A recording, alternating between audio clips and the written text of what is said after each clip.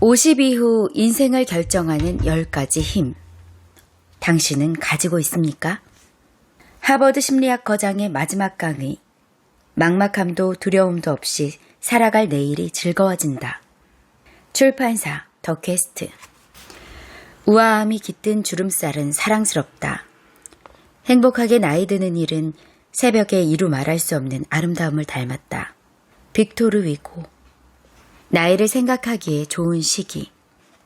50대 이후의 인생 후반에 관해 생각하기에 가장 적절한 시기는 바로 젊은 시절이다. 다가올 노후를 즐겁게 만드는 일을 얼마든지 할 수 있는 시기이기 때문이다. 여생을 외국에서 보내려는 계획을 지닌 사람이라면 그 나라에 대해 되도록 많은 것을 배워두려 할 것이다. 책을 통해 그 나라의 기후, 사람들, 역사, 건축 양식 등을 익힐 수 있고 그곳에 살았던 사람들과 이야기도 해볼 수 있다.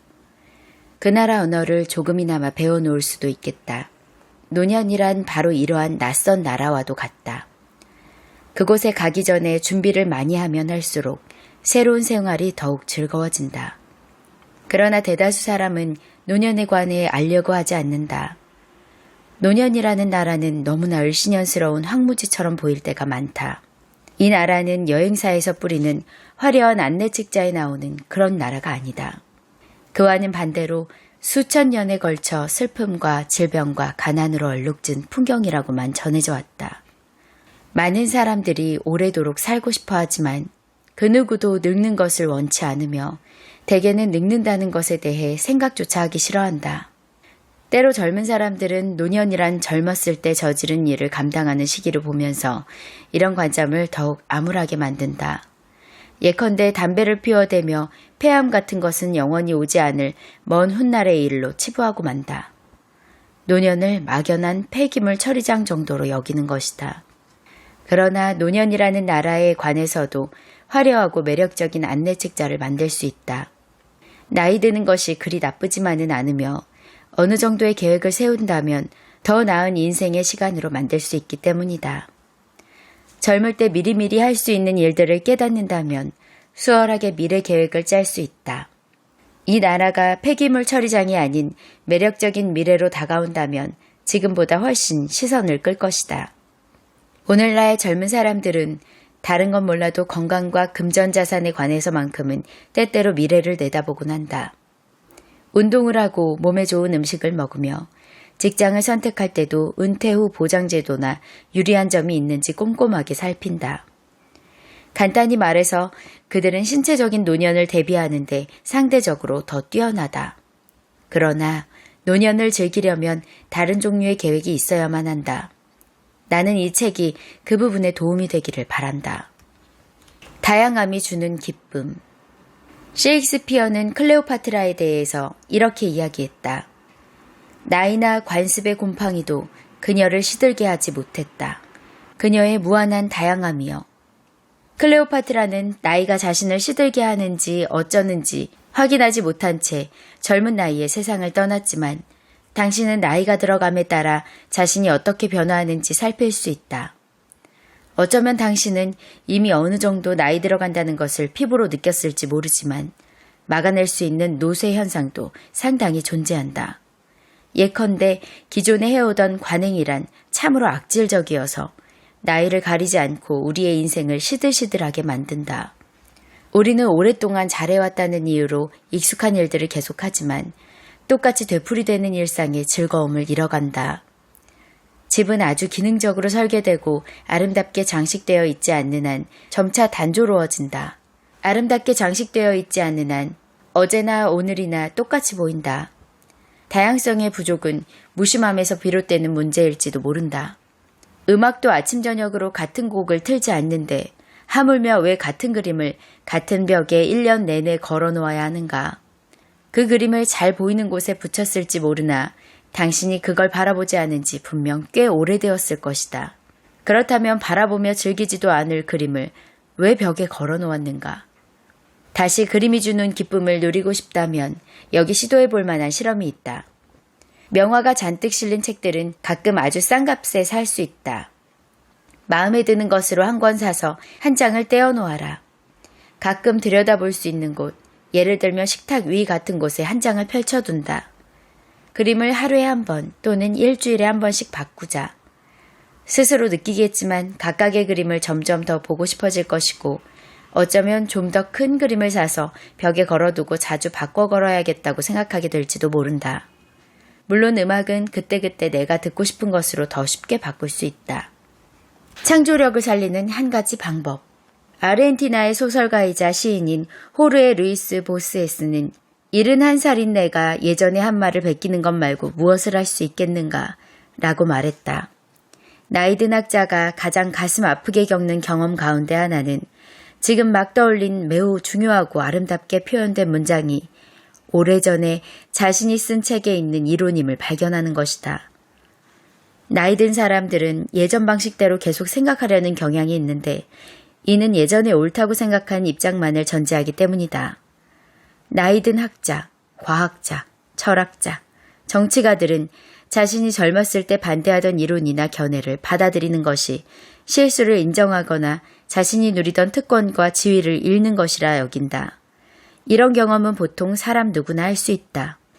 자기 주장을 바꾸는 것이 자신이 실수했음을 인정하거나 줏대가 없는 것처럼 보일까봐 걱정하지만 반드시 그렇지는 않다. 예전의 의견은 당시에 정말로 옳았을 수 있다. 다만 지식의 증가와 시대의 변화로 다른 의견이 필요해지는 경우가 얼마든지 생긴다.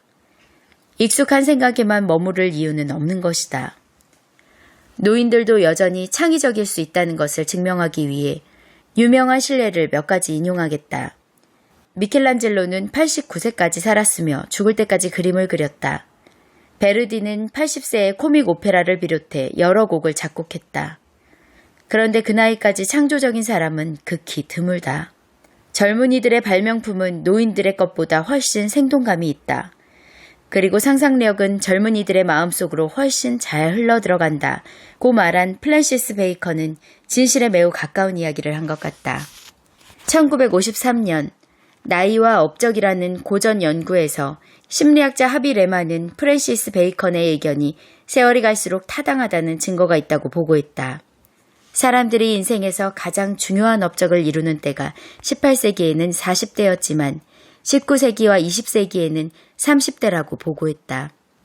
그는 인생에서 가장 창조적인 시기는 인생이 길어짐에 따라 더욱 짧아진다고 말했다. 만일 레만이 노년의 여러 분야에서 다시 창조력이 되살아나는 조짐이 있다는 것도 발견해내지 않았다면 이 보고는 노년에게는 매우 절망적이었을 것이다.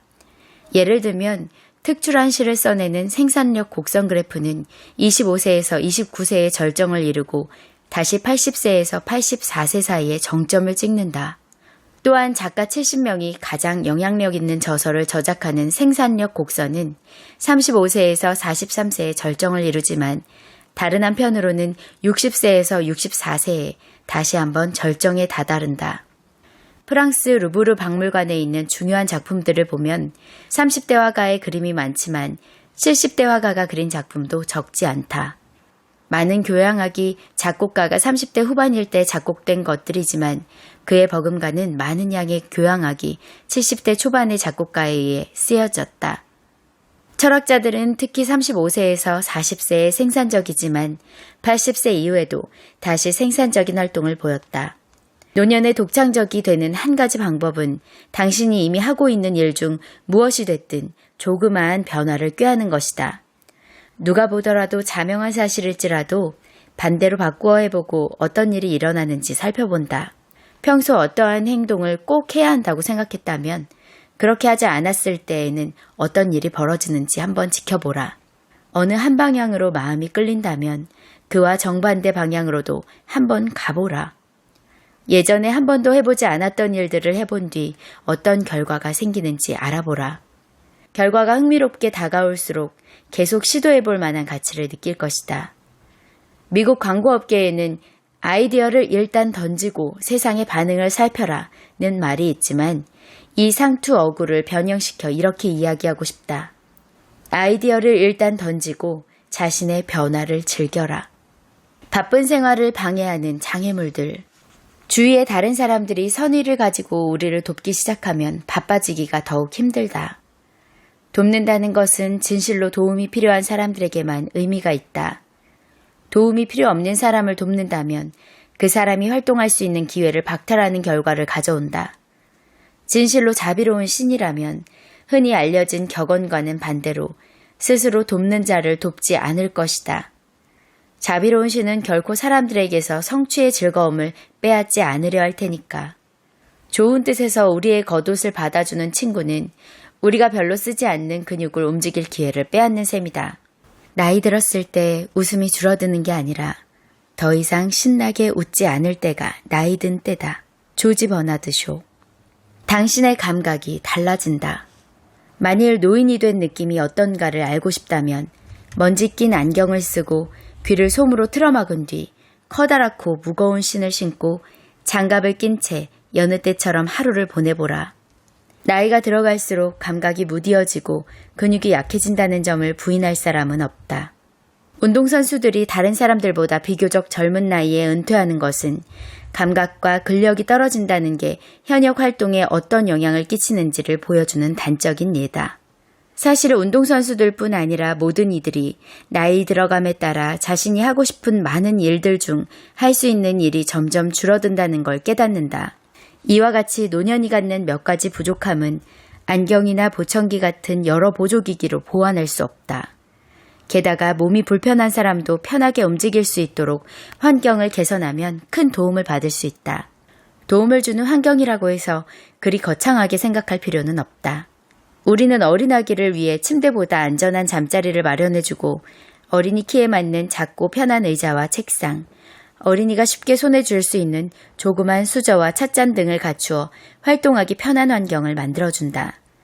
물론 노인들이 더 효율적으로 활동하고 따라서 더 즐겁게 지낼 수 있도록 설계된 환경을 누리기 위해 굳이 철없던 시절로 돌아갈 필요는 없다.